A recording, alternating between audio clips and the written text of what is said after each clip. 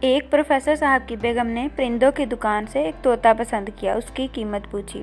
دکاندار نے کہا، محترمہ قیمت تو اس کی زیادہ نہیں ہے، لیکن یہ طوطا زیادہ عرصے طوائف کے کوٹھے پر رہا ہے، لہٰذا میرا خیال ہے اسے آپ رہنے ہی دیں، کوئی اور پرندہ دیکھ لیں۔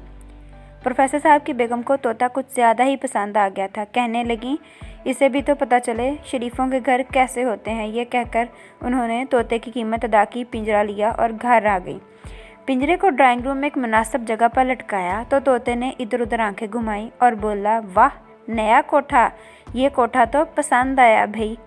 بیگم کو طوطے کا یہ انداز اچھا تو نہیں لگا، لیکن وہ خاموش رہیں۔ تھوڑی دیر کے بعد ان کی بیٹیاں کالج سے لوٹ کر آئیں۔ انہیں دیکھ کر طوطا بولا، اوہو، نئی لڑکیاں آئی ہیں، نئی بیگم، نئی لڑکیاں۔ بیگم کو غصہ تو بہت آیا، لیکن پی گئیں، یہ سوچ کر کہ ایک دو دنوں میں سدھار آئیں گی۔ شام کو پروفیسر صاحب اپنے گھر لوٹے۔ انہوں نے ڈرائنگ روم میں قدم رکھا۔ طوطا حیرت سے چیخا، ابے واہ جاوید، تو یہاں بھی آتا ہے! اس کے بعد سے جاوید صاحب گھر سے غائب ہے۔